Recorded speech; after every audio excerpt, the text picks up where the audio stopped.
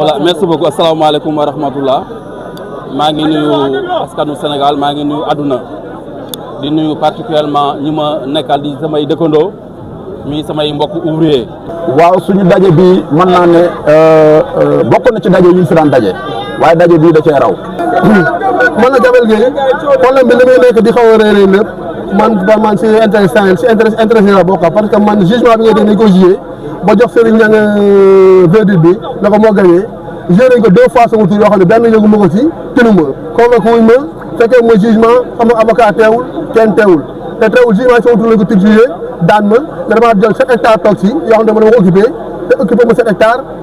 convoqué ma tribunal ci jugement sama avocat teewul kenn teewulu ma. Adama Mbaye. Je vous remercie et je remercie tous les journalistes ici présents parce que vraiment c'est un cri de cœur. Aujourd'hui, peut-être que ça serait le dernier lancement parce que on est tous à bout. Ça fait à plusieurs reprises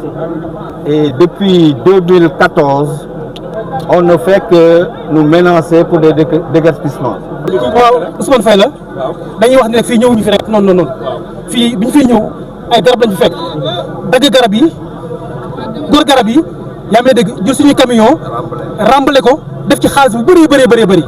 man maa ngi tudd Moustapha Fofana nekk responsable fii si Rufisque. daje bi li ko waral moo di ñun waa Rufisque fii ñu nekk mu di Rufisque xëy rek daal di fii ñëw bi ñu fii ñëw jaaruñu ci fenêtre. ci buntu la ñu jaar bunt bu ñu jaar moo di Aline Mar muy monsieur le maire bu Tëngéej ñun ñi fi nekk ñëpp Aline Mar moo ñu jox ñu nekk fii. kii ñuy wax Rajab service nag moo def jugement boobu bon léegi bi mu defee jugement boobu depuis septembre 2025 la demoon jugement bi ba mai 2026 ñun ñu koy doog a jëkk léegi suñu ak kenn la ñu doog a yëg ne verdict amoon na sax septembre dañuy indi sommation yi donc léegi nag. ki nga xam ne mooy Rajab service boobu depuis année yu tegaloo yi à partir de 2000 bi état gouvernement bees bi ñëwee ba léegi M24 bi ba léegi ñëw dafa tegoon tànkam carrément ñëwatu loon parce que boobu gars yi dañoo wat ne jubal si la ñuy dox. Et à chaque fois on nous envoie des huissiers pour un déguerpissement et depuis lors on a vu le préfet, on a vu le maire, on a même vu les députés pour discuter un peu de nos problèmes. adduna bi yëpp yëg ne ñu ngi bëgg a néewal doole te defe naa ne nguur gu bees bi warul nangu ay milliers de personnes ñu leen di néewal doole. te ay kayit la ñu jox ñun pour ñu nekk fi diiraa bi ñu fi nekkee mairie dañu leen dem di fay quittance chaque fin de mois Aline Mar ci boppam moo ñu jox fii ñu nekk biir bi ñu fi nekkee léegi am na ay tentatives yu bëri yu daal suñu kaw. kii ñuy wax Serigne Niang moo ci mujj mais am na ñeneen ñu fi jaar mais ban fi jaaree ci ay tappale la ñu nekkoon depuis nag bi mu tawee ba 2 ans yi jeex mu xam ne daanaka xaw naa seddal yooyu si na engagé waat léegi nag quant ni mu engagé nii dañoo bëgg a xool moom ba xam moom bu dee moom dafa yor ay jugement li mu ci yor mën na juróom yoo xam dafa jugé bu ne jël ay kayitam dëpp na gagné na te du ko génnee chaque année day jugé chaque année day jugé ne gagné na. bu dee am yàgg xam ne ñoo jëngal jàllul mu dem yóbbu kër yooyu indi yeneen. À sortir des services des impôts. Les services des impôts sont complices dans ce nébuleuse-là et on a toujours voulu que l'État intervienne. waaw y a un secteur Rajab service ku nekk xam na Rajab service ki ko moom muy Serigne Niang d'ailleurs sax moom ñëw na fi moom en personne yónni fi doomam yónni fi imaamam ak magam li ñu wax ñun diffamé wuñu dëgg la ñuy wax moom moo fi yónni doomam yónni fi magam yónni fi imaamam ni daa bëgg waxtaan ak ñun sax ma mën a sax 6 mois tey jii mu ñëw naan te moom waxtaan la woote tey mu bëgg ñëw naan day jël suuf si loolu dañ ko nangu te duñ ko nangul la nga xam ne lii lu mu ko jaral lañu ko suñu bakkan la ñu jaral te ñu état bi ni ñëw na ñëw gaaw def li muy def balaa bakkan du fi tuuru. kon nag ñu ngi ñaawlu d'abord kii war a jóg pour yëkkati ñu te tegu ko fenn dudul noflaayu bakkanam. mu doon lu ñu leer kii nag ñuy wax Serigne Niang moo nekk def retour fii ci Rufisque pour lan pexe bu sottee moo di ñu fi nekk dañ leen fay bëgg a jëlee. léegi li ñu bëgg mooy état mu arbitre ñëw moom suuf si seen kii Rajab service moomu ko suuf si ku ñuy wax Graziani boobu te Graziani boobu daanaka mën naa ne jógoon na bu yàgg ñun Alioune Mar bi ñu doon fay ci mairie bi créateur lañ waxoon ne moo doon fay bi ñu wax ne ba fayat yi boobu créateur moo waxoon ne moom suuf si créateur boobu nag dafa jël suuf si joxoon ko keneen mais créateur bu joxe suuf ñu ko kiwee la ko war a laaj ba xam soxla nga soxla moo tax jël suuf di ko jox keneen koo xam ne ni moom ci àll ba la jógee. Et à chaque fois qu'on nous convoque au niveau du tribunal, on nous demande, on nous dit toujours que vous n'êtes pas habilité à revendiquer. Bien sûr qu'on n'est pas habilité à revendiquer parce que ça appartient à François Graziani. François Graziani n'a pas d'héritier direct. Et un soi-disant, et avec la complicité d'autres personnes que je ne citerai pas, qui disent qu'il y a un certain Latour, Christian Latour, qui est l'héritier de François Graziani. Et tout cela, ça a été des coups montés et prouvés par des magistrats qui ont eu ces documents-là et qui disent que ces documents sont vraiment légers. Nous, vraiment, état lañ ci yaakaar si lii muy taxaw def jugement xool parce que mbooloo bu leen bëgg a jëlee après dugg si nga xool garage ni mel bu leen bëgg a jëlee loolu c'est un sérieux problème te yaakaar nga lu mën a nekk la war nga xam du yombee noonu quoi. waaw kii Jalal Gueye mécanicien moom moo ñu fekk ñu nekk fii ay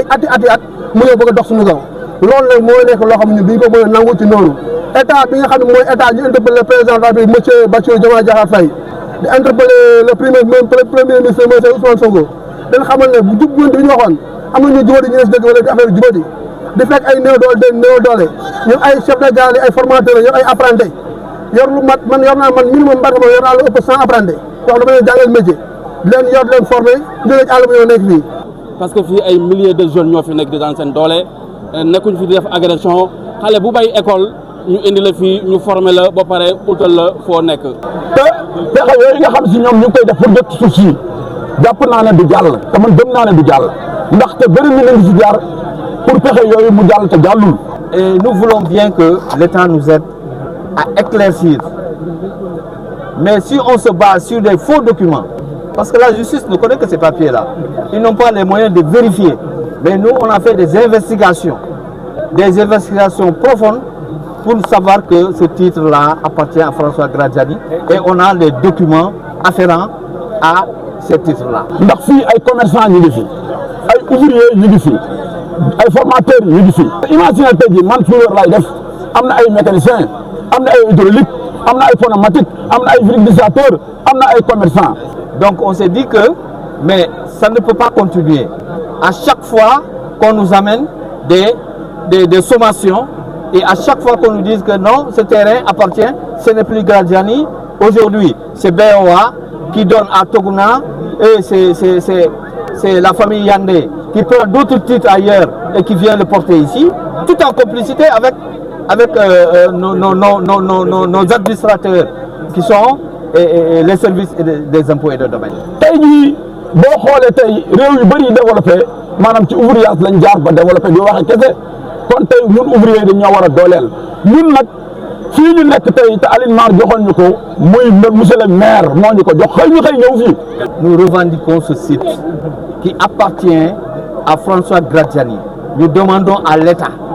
de céder ce site-là parce que c'était avec le curateur. Le curateur Ndiaga Thiam, c'est lui qui avait le dossier. Et quand ils sont venus pour récupérer ici, au temps d'Ablaye Wade, avait demandé au curateur de remettre ces terrains-là ceux qui sont sur le site. Monsieur le maire moo ñu ko jox fii 2002 am na ñu fi ñëw 2002 man maa ngi fi ñëw 2007 2008 2002 la Alioune Mar joxe fii bi mu koy joxee dañ ko lotissé mu am plan de masse fii am na plan Rufisque am na plan de masse la am diir ba fi nekkee léegi nag bëri na ñu fi jaar di def tentative mooy wàllam suuf moom ko ne xam na Sénégal ni mu demee bëri na ñoo xam ci suuf rek la ñuy jëngu jaral na leen lu ne waaye yaakaar naa ne lu mu leen mën a jaral ñun ñii fi nekk dañuy jaral lu ko raw parce que suñu teraanga fi la nekk. li ñu xaar ci état moo di mu ñëw régler suñu problème une bonne fois pour toutes parce que problème bi depuis 2002 bañ fi nekkee ba léegi problème ci kaw problème. jubadi mënut a weesu nga ñëw ba ci domaine privé maritime bi bëgg ko utal borom lii ku booy kat xam-xam xam nga Dakar naaf moo yor compétence am kon lii kenn waru koo maasaale